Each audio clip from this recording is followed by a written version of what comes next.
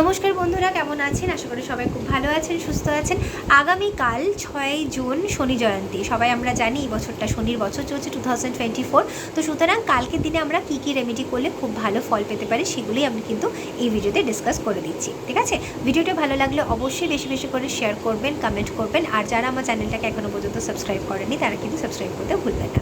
তো কালকে আমরা কি করতে পারি না, বেসিক্যালি সন্ধেবেলা শনিদেবের মন্দিরে আপনারা একটা মাটির প্রদীপ, সর্ষের তেলের আর কি, সর্ষের তেল দিয়ে একটা মাটির প্রদীপ আপনারা জ্বালাতে পারেন।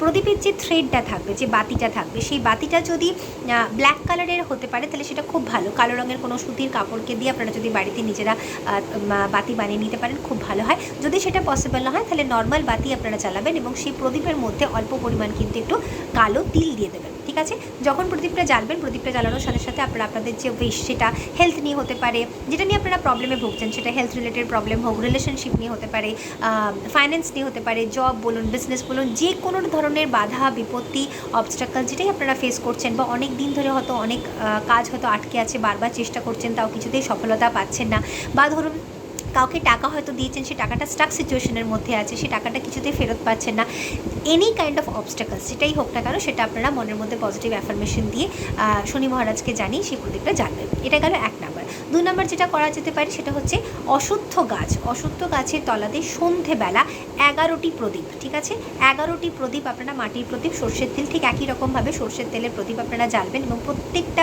প্রদীপের মধ্যে কিন্তু অল্প করে একটু কালো তিল দিয়ে দেবেন।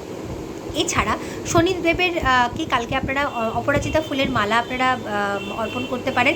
যাদের বাড়ির সামনাসামনি শনিদেবের মন্দির নেই, বা হয়তো আপনারা যেতে পারছেন না কোনো না কোনো কারণে, তারা কিন্তু ভোলে বাবার মাথাতে, মানে শিব ঠাকুরের মাথাতেও কিন্তু আপনারা তাকেও অপরাজিতা ফুলের, নীল অপরাজিতা ফুলের কিন্তু আপনারা মালা তাকেও অর্পণ করতে পারেন, তাকেও চড়াতে পারেন। ঠিক আছে, দিয়ে আপনারা আপনাদের বেশটা বলতে পারেন তাকে।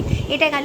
এছাড়া কালকের দিনে আরেকটা যেটা আমরা করতে পারি সেটা হচ্ছে যে কোনো ডিগ্রেডেড স্টাফ, ঠিক আছে, যেমন ধরুন সুইপার বলুন, বাড়ির মেডস থেকে আরম্ভ করে হার্ডওয়ার্কিং লেবার্স, ঠিক আছে, তো এনাদেরকে আপনারা চাইলে কোনো কালো কিছু জিনিস, মানে সেটা কালো তিল হতে পারে, কালো বস্ত্র, কালো ছাতা, কালো জুতো, আপনাদের যেটা সুবিধা হবে আপনাদের বাজেট অনুযায়ী সেভাবে কিছু না কিছু একটা দান করতে পারেন। ঠিক আছে, এছাড়া সর্ষের তেল ডোনেট করতে পারেন সুইপারকে, হার্ডওয়ার্কিং লেবার্সদেরকে, ভীষণ ভালো ফল পাওয়া যায়। তো এরকম ছোট্ট ছোট্ট রেমেডিস যেগুলো বললাম। আচ্ছা, প্রসাদ হিসেবে যেটা আমরা বলবো যে কোনো সাদা কোনো মিষ্টি, ঠিক আছে, সাদা কোনো সন্দেশ হতে পারে, সাদা কোনো প্রসাদ আর কি, হোয়াইট কালারের, সেটা আপনারা শনিদেবের মন্দিরে তাকে ভোগ হিসেবে দিতে পারেন। এবং আফটার পুজো হয়ে যাওয়ার পরে সেটা কিন্তু বাইরেই কোনো দরিদ্র ব্যক্তিকে, মন্দিরেই বাইরে ধরে অনেক সময় অনেক দরিদ্র ব্যক্তি থাকে, বা নিজি পিপল বলুন, বা ছোটো ছোটো বাচ্চা যারাই থাকুক না কেন, কাউকে আপনারা ডোনেট করে দেবেন। ঠিক আছে, সেই জিনিসটাকে কিন্তু ঘুরে বাড়িতে আসবেন না, মানে বাড়িতে নিয়ে আসবেন না প্রসাদটাকে। এবং তারপরে পুজো দিয়ে আসার পরে বা প্রদীপ প্রজ্বলনের পরে যেভাবে যা বললাম সব কিছু হয়ে যাওয়ার পর যখন বাড়ি ফিরে আসবেন, ফিরে এসে ভালোভাবে হাত পা ধুয়ে জামাটা চেঞ্জ করে দেবেন। ঠিক আছে, আচ্ছা, এটা গেল। এই ছাড়া আরেকটা যেটা আমরা করতে পারি যে কালকে অতি অবশ্যই ঘর পুরোপুরি একদম নিট অ্যান্ড ক্লিন রাখবেন। চেষ্টা করবেন কালকে পুরোপুরিভাবে পিওর ভেজ খাবার। ঠিক আছে, আদা রসুন, মানে রসুন পেঁয়াজ একেবারেই না, মানে একদম টোটালি ভেজ খানা যেটাকে আমরা বলে থাকি আর কি, সেরকম ধরনের ভেজ খাবার খাবেন, নিরামিষ। এবং তার সাথে সাথে ঘর বাড়ি একদম পরিষ্কার পরিচ্ছন্ন, নিট অ্যান্ড ক্লিন করে রাখবেন।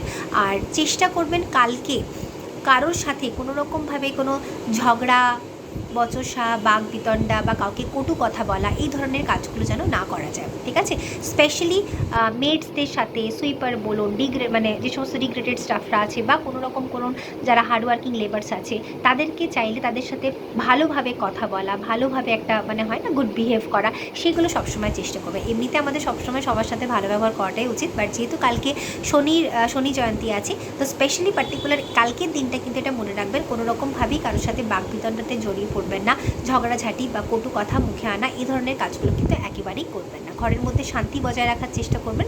আর যা রেমেডিসগুলো বললাম সেগুলো মন দিয়ে ফলো করুন, নিশ্চয়ই খুব ভালো ফল পাবেন। ভিডিওটা কেমন লাগলো আপনাদের অবশ্যই কমেন্ট বক্সে জানাবেন। আর যারা চ্যানেলটিকে এখনও পর্যন্ত সাবস্ক্রাইব করেননি, সাবস্ক্রাইব করে রাখুন। ভিডিওটা ভালো লাগলে শেয়ার করুন, লাইক করুন, কমেন্ট করুন। ভালো থাকুন।